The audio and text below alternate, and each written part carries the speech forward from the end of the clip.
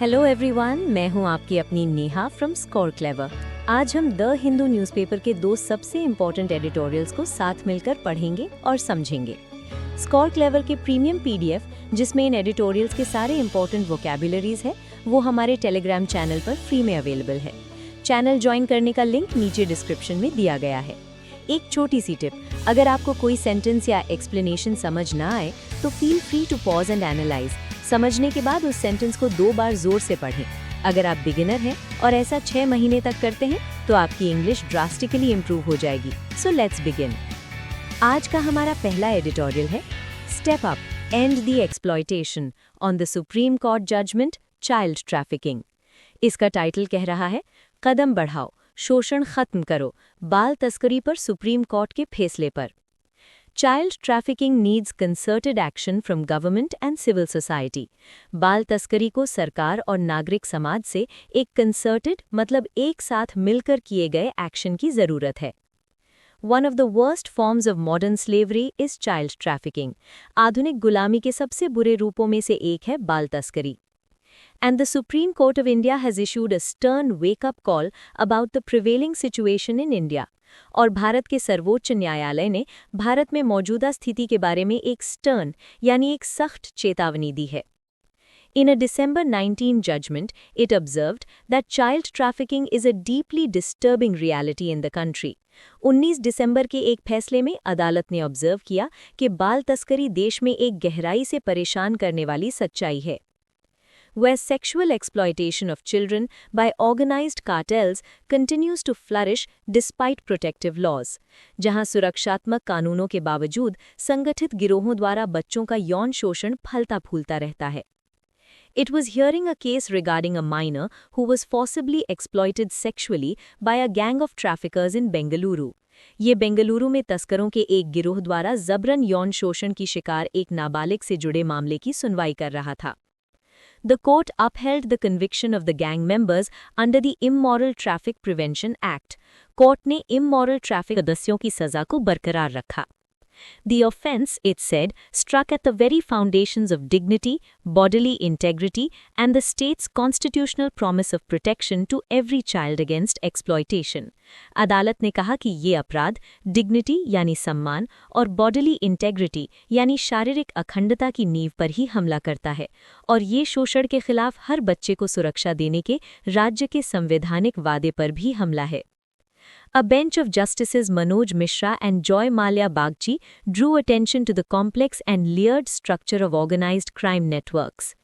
Justice Manoj Mishra और Joy Mallya Bagchi की bench ने संगठित अपराध नेटवर्क के जटिल और कई परतों वाले ढांचे पर ध्यान आकर्षित किया, which operate at various levels of recruiting, transporting, harboring and exploiting minor victims, जो नाबालिग पीड़ितों की भर्ती, उन्हें एक जगह से दूसरी जगह ले जाने, पनाह देने और उनका शोषण करने जैसे विभिन्न स्तरों पर काम करते हैं।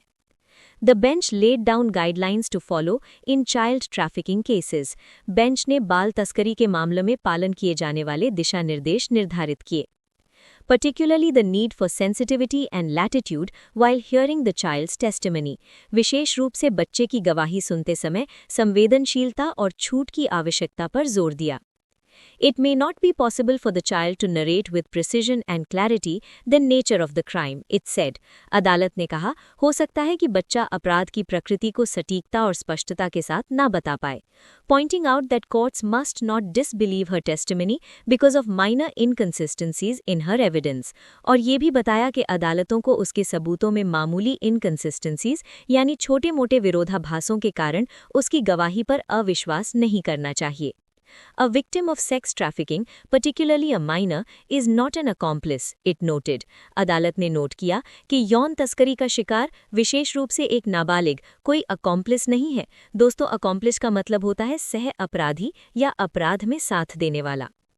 And her deposition is to be given due regard and credence as that of an injured witness. और उसकी गवाही को एक घायल गवाह की तरह ही उचित सम्मान और विश्वास दिया जाना चाहिए। The court's observations must not go in vain. Court की ये बातें व्यर्थ नहीं जानी चाहिए। And the onus is on the government and civil society to do what is necessary to protect children. और बच्चों की सुरक्षा के लिए जो भी आवश्यक है, उसे करने की जिम्मेदारी सरकार और नागरिक समाज पर है। The net must be spread wide to end other forms of exploitation as well, such as forced child labor. जबरन बाल मजदूरी जैसे शोषण के अन्य रूपों को समाप्त करने के लिए भी जाल को बड़ा फैलाना होगा. Stringent laws may be in place, but on the ground much more needs to be done.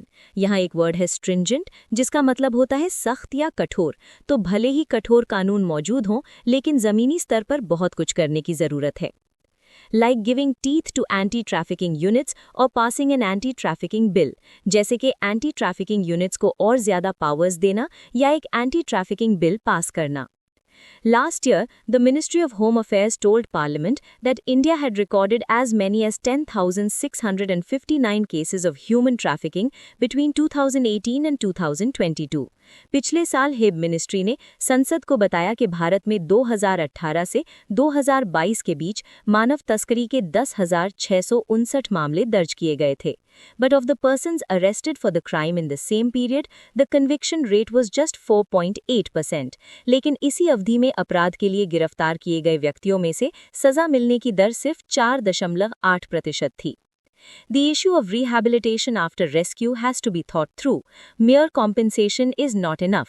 बचाव के बाद पुनर्वास के मुद्दे पर भी अच्छी तरह से विचार करना होगा. सिर्फ मुआवजा ही काफी नहीं है. The focus must be on prevention and protection. ध्यान रोकथाम और सुरक्षा पर होना चाहिए.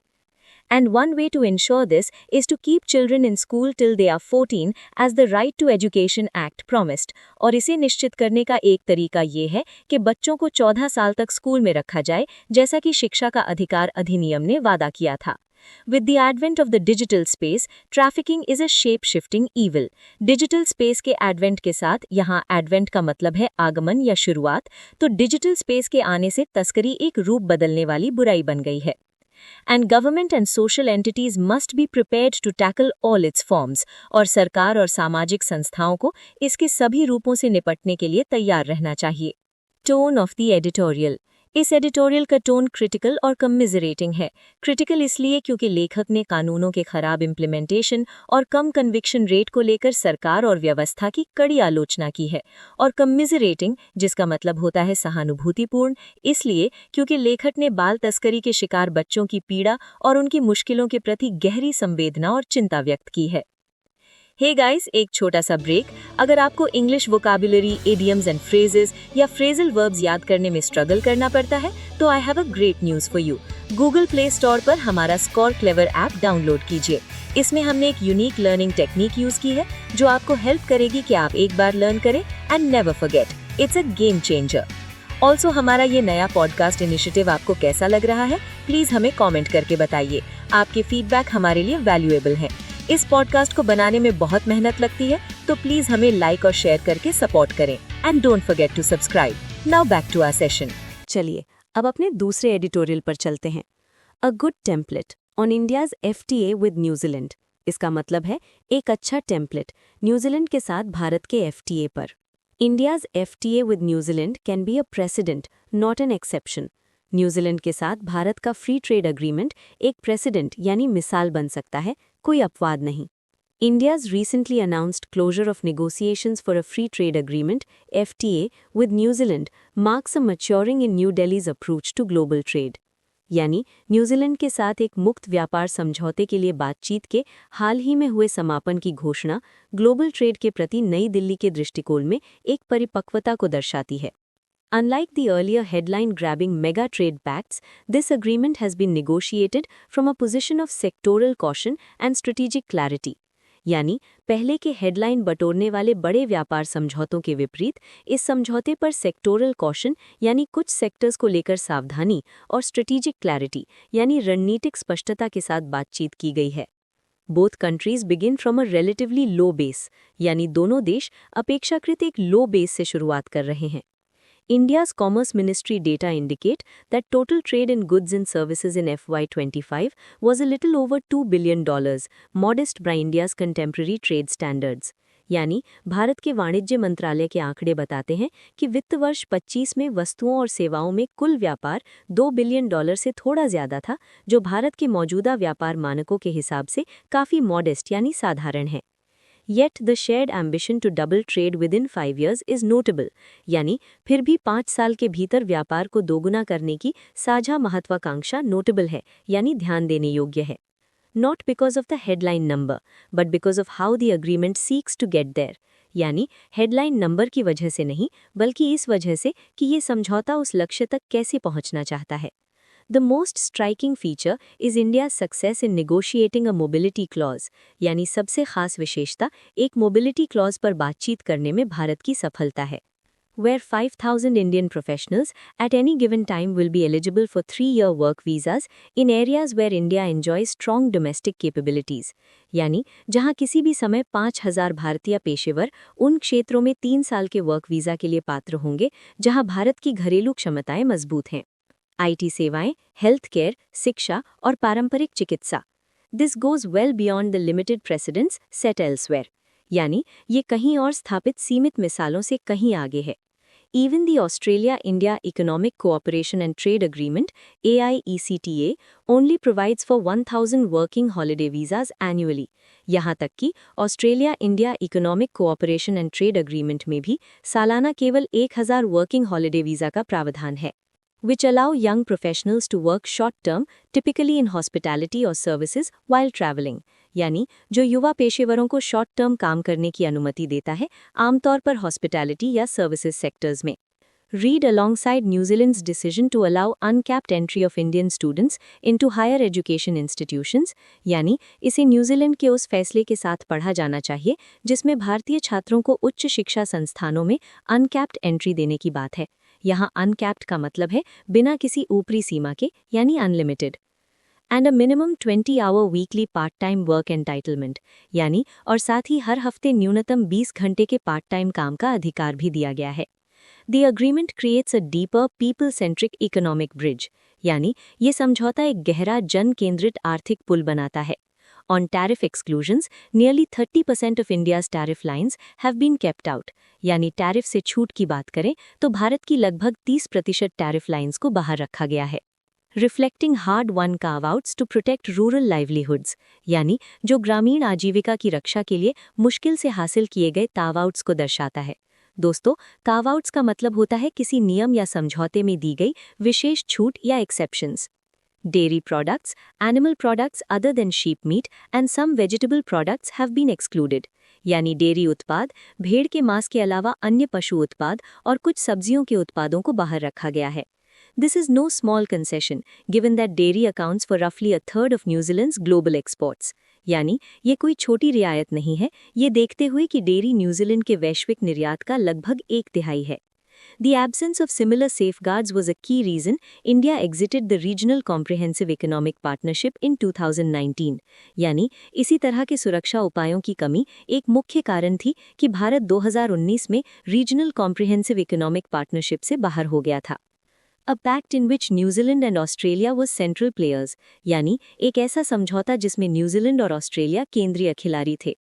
The agreement also includes New Zealand's commitment to investments in India of about $20 billion over 15 years.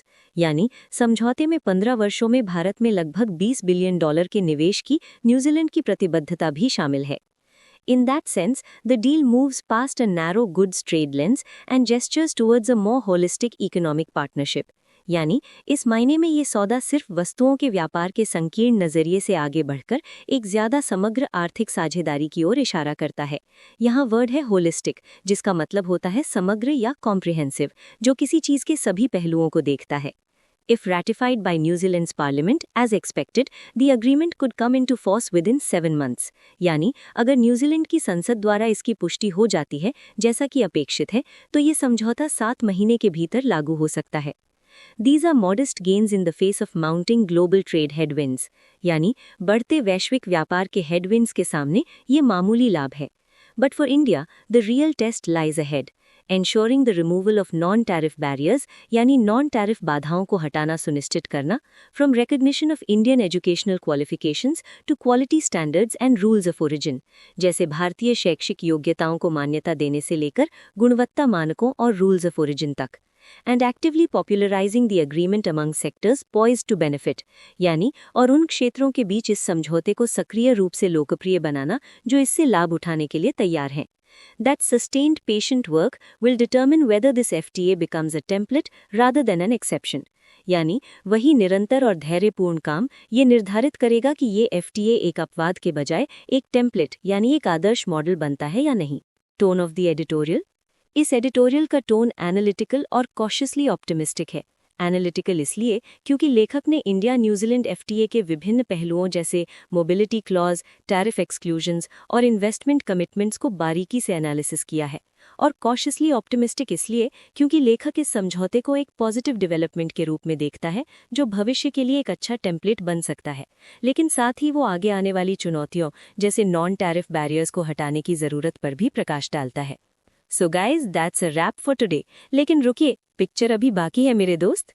क्या आप अपनी वोकैबुलरी स्किल्स को टेस्ट करना चाहते हैं? तो ज्वाइन कीजिए हमारी daily editorial vocab league, the IPL for editorial vocabulary. ये क्विज रोज शाम 7 बजे हमारे टेलीग्राम चैनल पर लाइव होता है. इसमें हम दिन के एडिटोरियल्स की वोकैबुलरी कवर करते हैं. इसमें मंथली लीग्स होती हैं, स्कोर्स ट्रैक होते हैं एंड ऑफ कोर्स विनर्स को रिवॉर्ड्स भी मिलते हैं. So come on, join the league. Channel join करने का लिंक नीचे डिस्क्रिप्शन में है. This is your host Neha signing off from Score Clever. Keep learning, keep growing. See you tomorrow.